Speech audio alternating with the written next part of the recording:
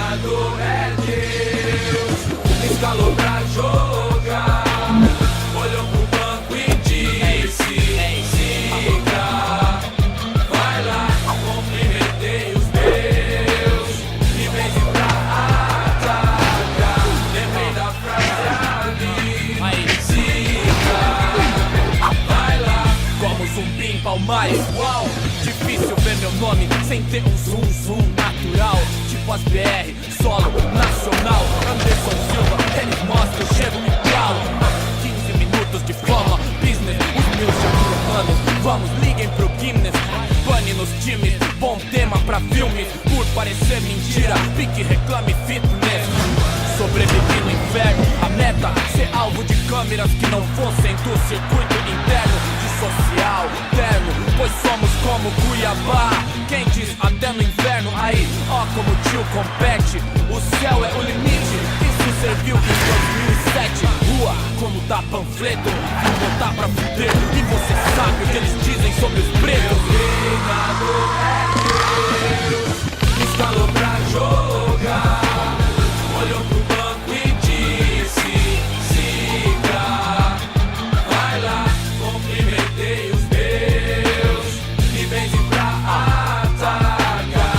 Lembrei da frase ali: siga, vai lá. Gravadoras creem que a sorte gera um homicida. Eu creio que isso também é o que as mantém com vida. Fomos lebre e tartaruga na corrida. Normal, até a tartaruga manda tchau. Ouça, vem cá, moça, vem lá. Sempa, vem pra quem tá mosca. Rouba, nem dá, tenta, sei lá.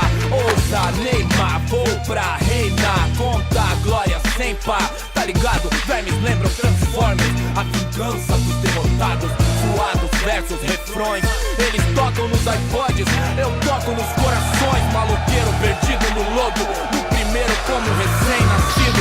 Baguncei o tabuleiro todo. Meu ritual, sem Anthony Hopkins. Sou da norte, mas é mais fácil me ver nos trending topics. Meu treinador é Deus, escalou pra jogar, olhou pro banco e disse: siga, vai lá, cumprimentei os meus, e benze pra atacar. Lembrei da frase ali: siga.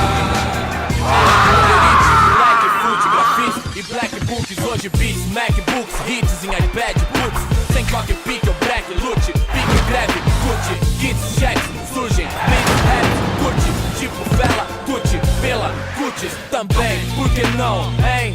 Então, tô tão bem nas esquinas, Intel patrocina. E nem sei o que tem a ver processador e rima. E é melhor vocês aprender a lidar com toda essa inveja, esse ódio.